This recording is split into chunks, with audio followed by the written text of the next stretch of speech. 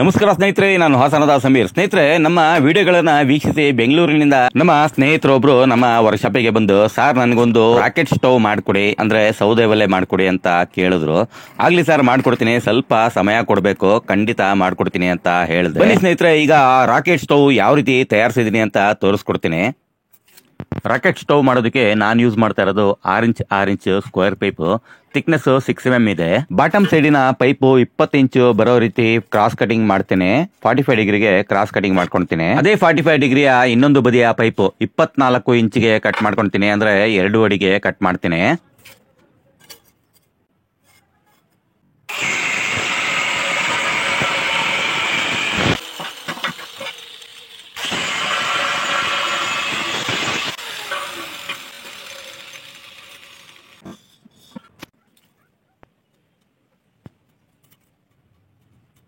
ನಮ್ಮ ರಾಕೆಟ್ ಒಲೆಗೆ ಸೌದೆ ಹಾಕೋದಕ್ಕೆ 12 ಇಂಚು ಉದ್ದ ಪೈಪ್ ಕಟಿಂಗ್ ಮಾಡ್ತಾ ಇದ್ದೀನಿ.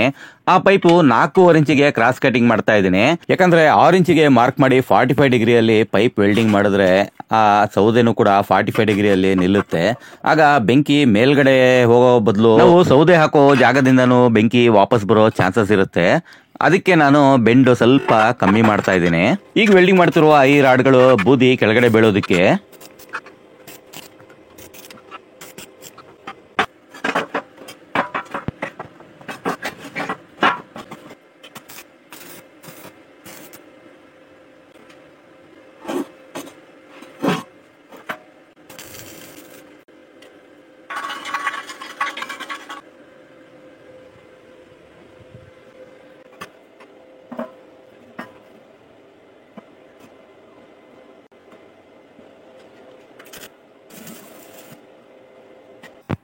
ಸ್ಟವ್ ಎಲ್ಲ ಕಂಪ್ಲೀಟ್ ಆಗಿ ರೆಡಿ ಆಗಿದೆ. ಮೇಲ್ಗಡೆ ಪಾತ್ರೆ ಇಡೋದಕ್ಕೆ ಈ ರೀತಿ ಒಂದು ಫ್ರೇಮ್ ಮಾಡಿದ್ದೀನಿ.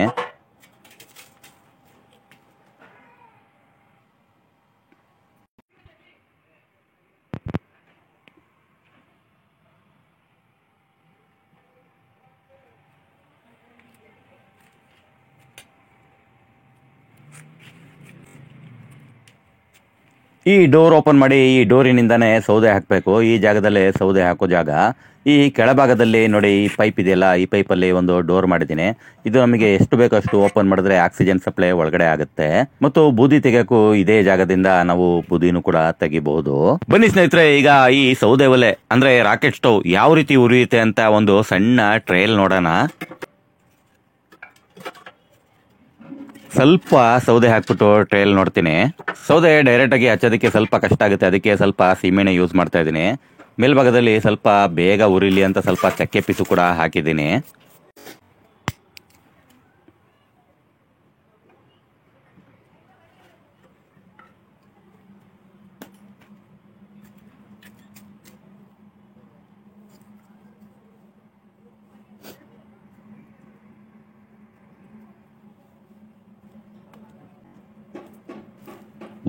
ವಾವ್ ಸ್ನೇಹಿತರೆ, ನಾನೇನು ಹೇಳದೇ ಬೇಕಾಗಿಲ್ಲ, ನಿಮ್ಮ ಕಣ್ಣಿಂದ ನೀವೇ ನೋಡ್ತಾ ಇರಬಹುದು. ಚಕ್ಕೆ ಪಿಸಿನ ಸಹಾಯದಿಂದ ಸೌದೆ ತುಂಬಾ ಬೇಗ ಉರಿಯಕ್ಕೆ ಸ್ಟಾರ್ಟ್ ಆಯ್ತು. ಯಾಕಂದ್ರೆ ಸೌದೆನೂ ಕೂಡ ತುಂಬಾ ಚೆನ್ನಾಗಿ ಒಣಗಿತ್ತು. ನೋಡಿ ಸ್ನೇಹಿತರೆ, ಎಷ್ಟು ಎತ್ತರಕ್ಕೆ ಬೆಂಕಿ ಬರ್ತಾ ಇದೆ. ನಿಜವಾಗ್ಲೂ ಹೇಳ್ಬೇಕಂದ್ರೆ ಸ್ನೇಹಿತರೆ, ಇದರಲ್ಲಿ ಹೊಗೆ ಅನ್ನೋ ಮಾತೇ ಇಲ್ಲ ಸ್ನೇಹಿತರೆ. ಹೊಗೆ ಅನ್ನೋದು ಕಾಣಿಸ್ತಾನೂ ಇಲ್ಲ ಸ್ನೇಹಿತರೆ. ನಿಜವಾಗ್ಲೂ ಸ್ನೇಹಿತರೆ, ಇದರಲ್ಲಿ ಹೊಗೆ ಅನ್ನೋದೇ ಬರ್ತಾ ಇಲ್ಲ. ಎಷ್ಟು ಚೆನ್ನಾಗಿ ಉರಿತಾ ಇದೆ ಅಂದ್ರೆ ನನ್ಗೆ ಆಶ್ಚರ್ಯ ಆಗ್ತಾ ಇದೆ ಸ್ನೇಹಿತರೆ.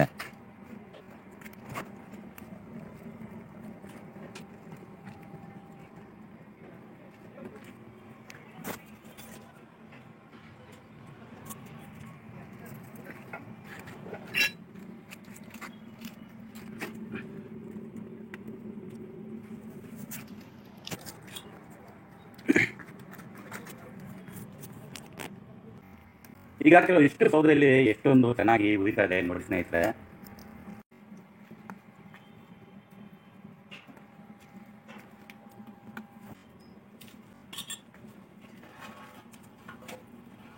ಹೀಗೆ ಬಿಟ್ರೆ ಇನ್ನು ಅರ್ಧ ಗಂಟೆಗೂ ಜಾಸ್ತಿ ಉರಿಬಹುದು.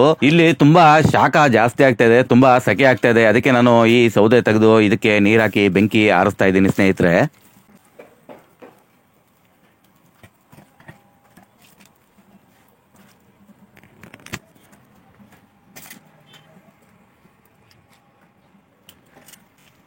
ಹೇಗಿತ್ತು ಸ್ನೇಹಿತರೆ ಇವತ್ತಿನ ಈ ನಮ್ಮ ವಿಡಿಯೋ? ಕಮೆಂಟ್ ಮಾಡಿ ತಿಳಿಸಿ. ಇಷ್ಟ ಆದ್ರೆ ಒಂದು ಲೈಕ್ ಮಾಡಿ ಸ್ನೇಹಿತರೆ. ತುಂಬಾನೇ ಇಷ್ಟ ಆದ್ರೆ ನಿಮ್ಮ ಸ್ನೇಹಿತರಿಗೆ ಶೇರ್ ಮಾಡಿ ಸ್ನೇಹಿತರೆ. ಇಷ್ಟೊತ್ತು ನಮ್ಮ ವಿಡಿಯೋ ನೋಡೋದಕ್ಕೆ ಧನ್ಯವಾದಗಳು ಸ್ನೇಹಿತರೆ. ಜೈ ಹಿಂದ್.